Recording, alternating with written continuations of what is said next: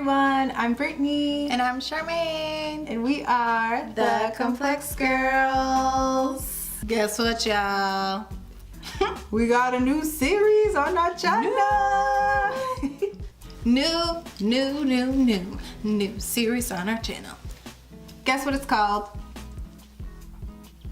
From the title, you can tell. It's called Sista Talks.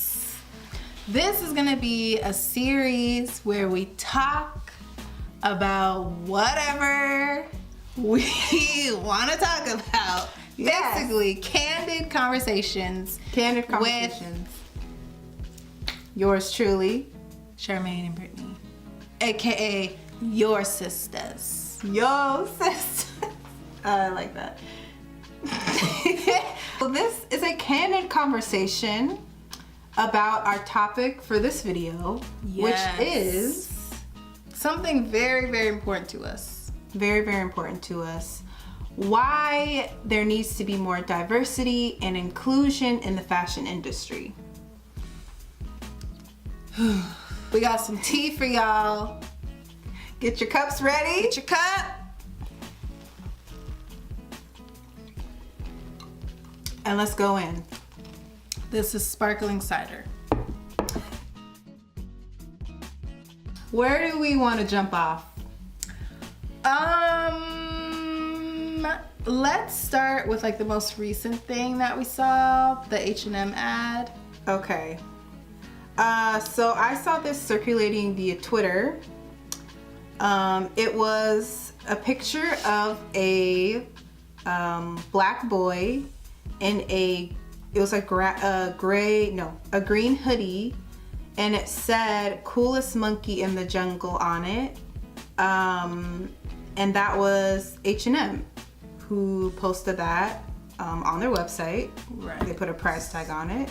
They took the pictures, they uploaded them. I mean, they had a lot of like backlash, obviously, on social media. They lost, like, The Weeknd, like, isn't sponsoring them anymore or working with them anymore.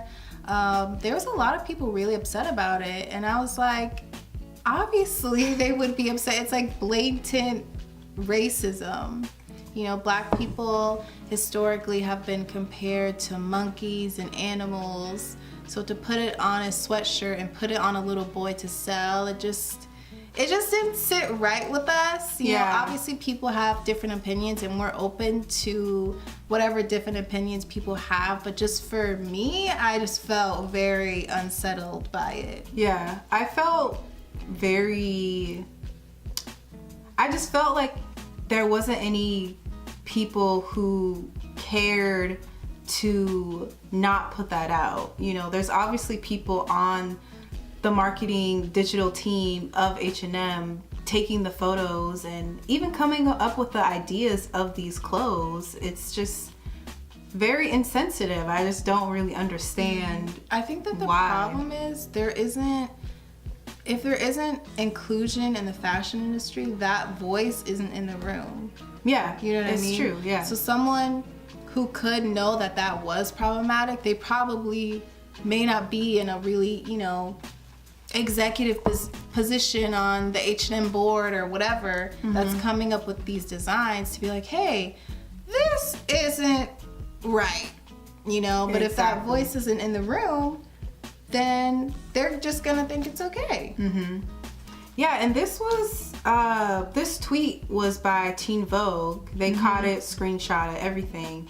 And we actually met the editor-in-chief, or former editor-in-chief, Tears, of Teen Vogue, Elaine. Yeah. And we told her that there needs to be more people of color, black women, black men, every other person of color in positions of power in the fashion industry, and how revolutionary that could be for stuff like this when it happened. And the amazing thing is, like, her journey at Teen Vogue, like, she did a lot of really amazing things. So She did. I really feel like she understood where we were coming from when we were talking to her, because we've loved fashion since we were kids. Yeah. you know, but to be a darker skinned woman and want to have opportunities in the fashion industry, if there's racism and colorism and sexism and ageism, you know, body image, you know, issues, it just makes you feel like, wow, can I even be in this industry? And it's just something I'm really unlearning, because I don't feel like those things that the industry is projecting, it doesn't help the industry, because the industry is suffering because of it. Yeah. You know, it needs to merge into what the beauty industry is doing. There's so much diversity. Working with influencers, right? Working with of different shapes and sizes, right? There's so much skin diversity, tones. And there's a lot more diversity happening in beauty. Yeah. Which you all, I'm sure, could see, because a lot of the people, maybe some of y'all watch, are the ones who are kind of breaking these boundaries, like Jackie Aina in beauty. And there's a lot of different girls Alyssa and Ashley. men. Yeah, Alyssa Ashley. There's a lot of different girls and men who are breaking these boundaries of traditional beauty standards, and I think the same thing needs to happen in fashion, especially with the body image, because that is there's so many articles on that, like the treatment of models and the sizes they have to be, like that's a whole nother topic, just the modeling industry in general. But yeah, I think I see the light at the end of the tunnel. I just hope that the people in fashion are more cognizant of the type of stuff that they're making and who they're trying to market to. Right. If you don't understand who you're trying to market to, you're going to come out with problematic marketing strategies. But I don't completely feel like that is so difficult right now. There's so much accessibility to the internet. There's so many people wanting to be involved in fashion. So I definitely feel like there is a chance for the industry to be more diverse, but they need to allow people of color in. Yeah, you have to. I mean, if you want to grow your business, if you want to expand outside of what traditional media says is beautiful, what traditional media says is valuable, a lot of that comes from people of color. People of color have experienced a lot of traumatic experiences here in America, and I think that it's coming to the surface more because industries that historically have been excluding people now have to face different things because they can't be exclusive anymore. That doesn't help your business nowadays. No, it doesn't it help your doesn't. business to not be inclusive. It doesn't. There's actually studies being shown in statistics about how businesses that have included diversity, like Fenty Beauty showing a range of shades, you know, foundation, versus other companies that are just now trying to do it. You could just see it. You could just see it in the sales. You could see it in the marketing. So it's like, of course, if you see someone that looks like you on the screen, or you see someone that is wearing the same shade as you, of course, that's just like, wow, I do want to feel like, support that brand. I feel represented. Exactly. And I also feel like you can't do it in a way that's culturally appropriating, because there's been a lot of issues of cultural appropriation in the fashion industry where it's like, okay, yeah, we're gonna show, you know, your style, but it's on a white girl. And it's like, that's not what we meant, you know? Exactly.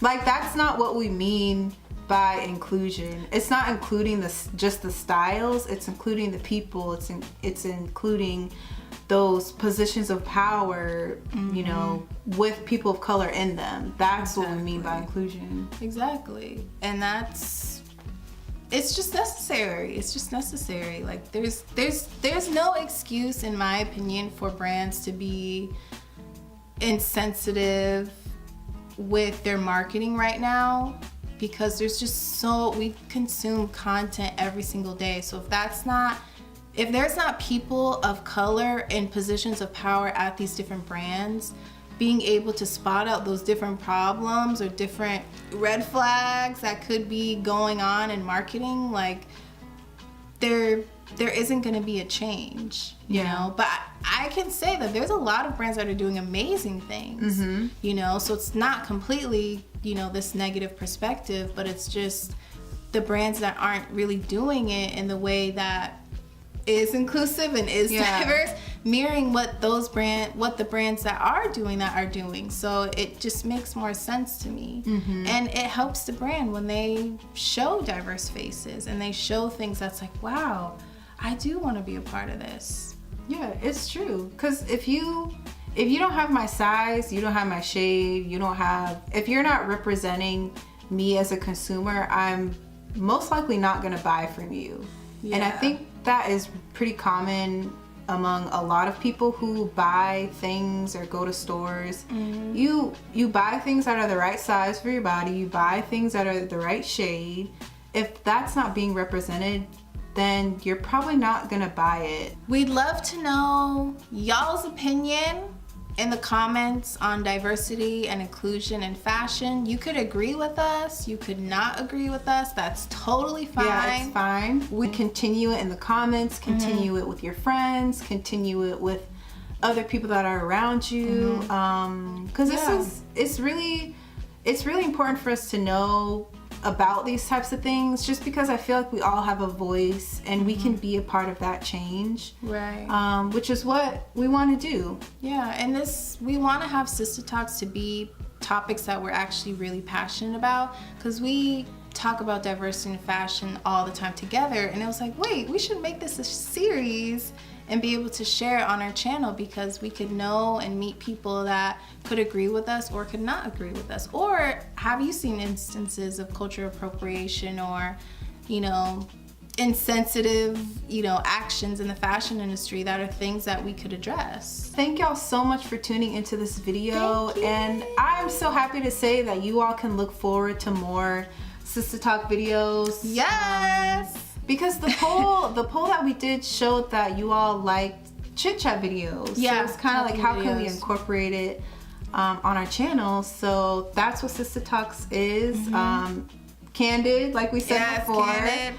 And it's not always going to be, you know, really like harsh topics, but we are going to have some videos that are about those harder topics that need to be talked about, but there's also going to be advice videos and really lighthearted stuff too, just to give y'all just a well-rounded sense of ourselves, because we really like putting ourselves and our own stories in our channel. So this is just a continuation of that. Yes, and also let us know in the comments if you have any other topics of Sista Talk. Yes, you'd want us to talk about, because we love talking, as you can tell. Yeah, my throat. Hey. So we had to make our sparkling cider. Let us know in the comments if you have any different topics that you'd like us to talk about, because we'd love to. Yes. Let us know. And if you want to keep up with us, we are at thecomplexgirls on Instagram, Facebook, Twitter, and here on YouTube. Join the fam. Join the fam. Hit us up if you want to continue this conversation with us, because we would love to know what y'all thought about this video and different things that we can incorporate in future Sista Talk videos. Yeah. All right, so until next time, we'll see you in our next video. Bye. Bye.